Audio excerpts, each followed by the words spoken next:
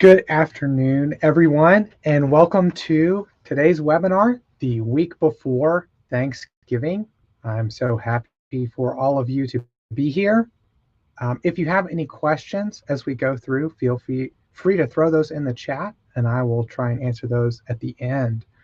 We're talking today about the HIPAA security rule changes that are proposed and likely to take effect in 2026. My name is Peter Meredith, and I am here with Tech Eagles, and we have been doing IT and cybersecurity for small medical practices for the past 17 years. So let me go ahead and add my PowerPoint here to jump right in. So these are the proposed changes for the HIPAA security rule coming in 2026. Now, these were introduced. The government has a fairly comprehensive process for adjusting any changes to their rules or regulations.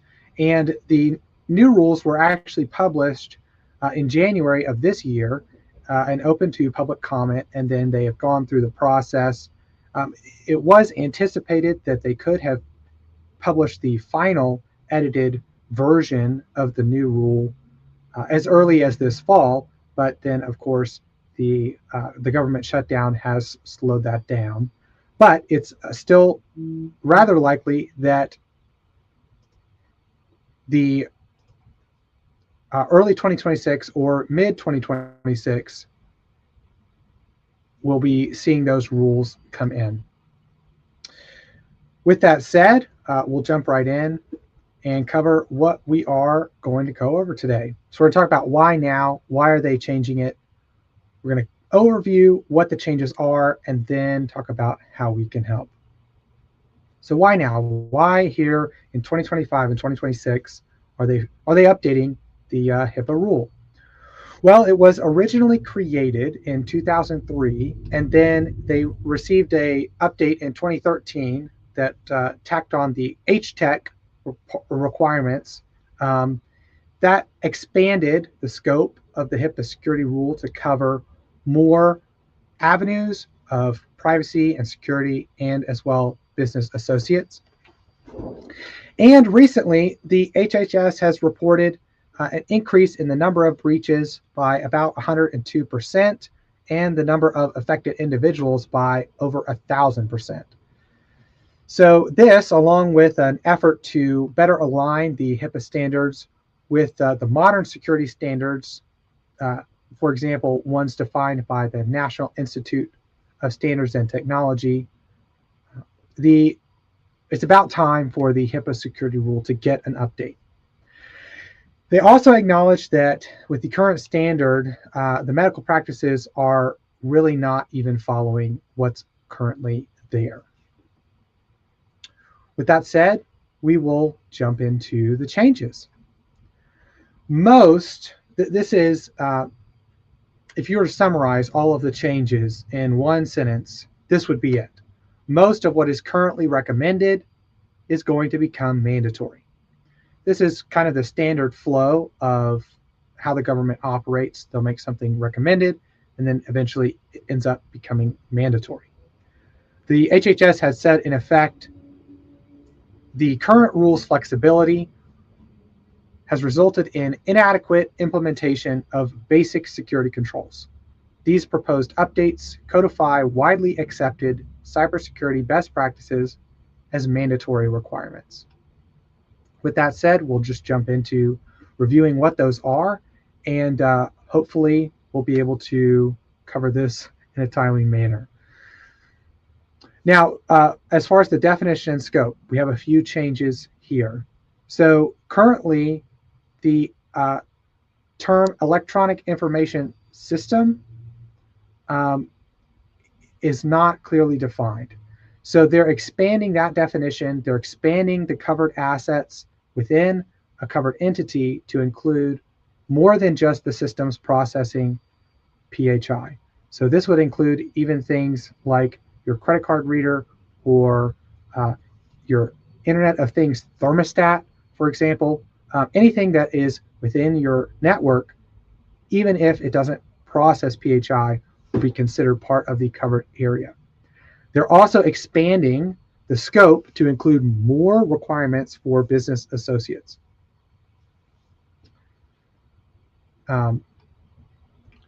Then for the administrative safeguards, they're doing a bunch of things here.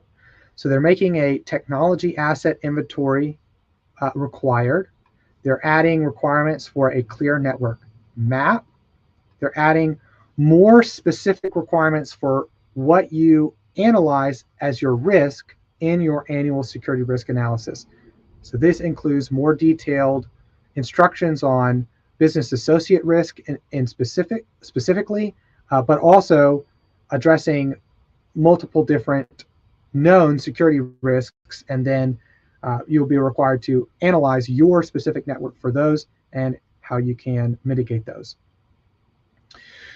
Then another big change, all changes to your practice, you must include a technical and non-technical evaluation to determine how those changes will affect the security of PHI in your office. And then another big change, previously recommended flexible policies and procedures are becoming very specific. So password policies, MFA policies, those are some examples.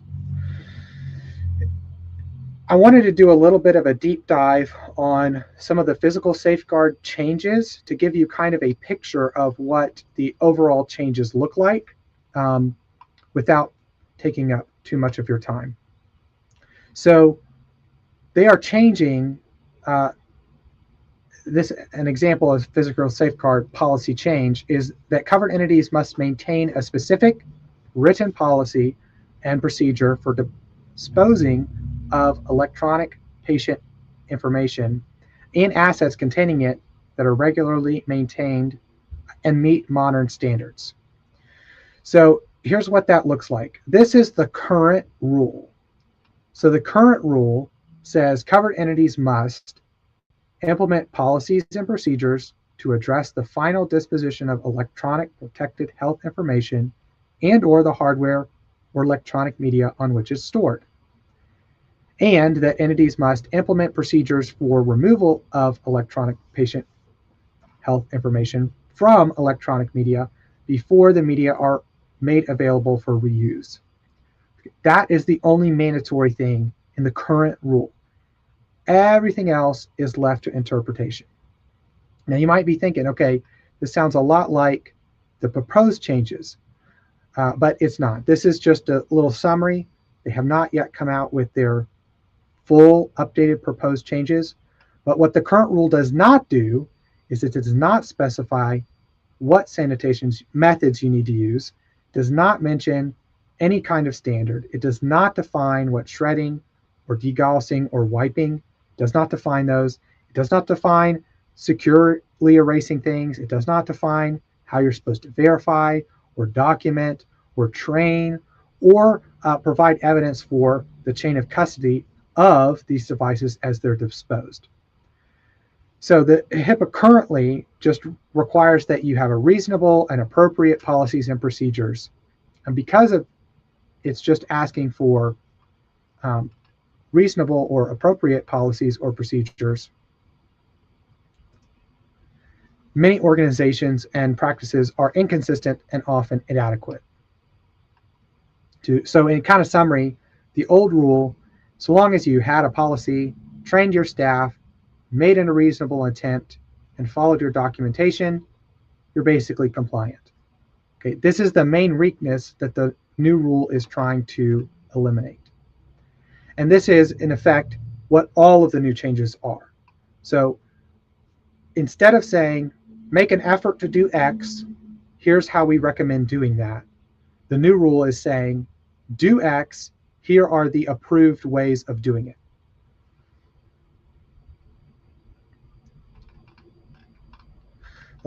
We'll review a few more changes as far as the technical safeguards. They are moving penetration testing from being recommended to mandatory. They are proposing requirements for more rigorous vulnerability scanning, network testing, and segmentation So those recommended practices are becoming mandatory. Some of the exact specifications for encryption, access control, and credential safeguards are becoming mandatory rather than recommended.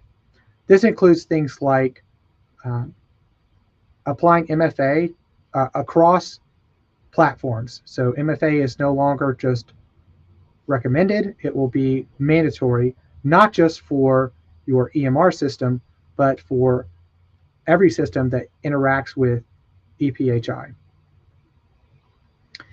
And then they are adding more rigorous contingency planning, disaster recovery, and backup practices. So again, these standards are going from recommended to mandatory. They're also specifying that policies and procedures must be in writing, they must be reviewed, they must be tested, and they must be updated on a regular basis.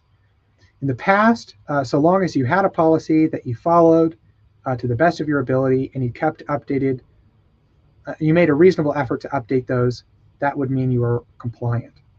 But with the new rule, there are much more specific controls about how you are to review, test, update, and change your policies and procedures. Business associates are also given more explicit obligations through covered entities, and they have really restricted the chain of accountability. This applies for not just notification requirements, but security requirements and practices. In general, we're moving away from the flexible, safe harbor style, just do what you can, to prescriptive controls that are seeking to enforce the generally recognized best practices for cybersecurity. So, what now? A year ago, they did a study of medical practices and uncovered that about 33% of respondents even conducted their annual security risk assessment for the year. And even fewer reported that they were confident of passing an audit. So don't get caught off guard. Any medical practice who is listening to this, the likelihood is more likely than not that you aren't even compliant with the current standards. And here at Tech Eagles, we follow not only the required, but also the recommended HIPAA practices. We're happy to assess your office at no charge to determine your compliance with current regulations and your readiness for the future proposed standards. So you could call us, you can reach out to us. Any questions you have regarding the new HIPAA security rule, feel free to send that to us. We will be coming out with another more edited video covering each of the specific requirements in more detail to better prepare all of you for what is coming in 2026. So keep an eye out for that. With that said, I don't see any questions, and I will end it there. Thanks everyone for joining.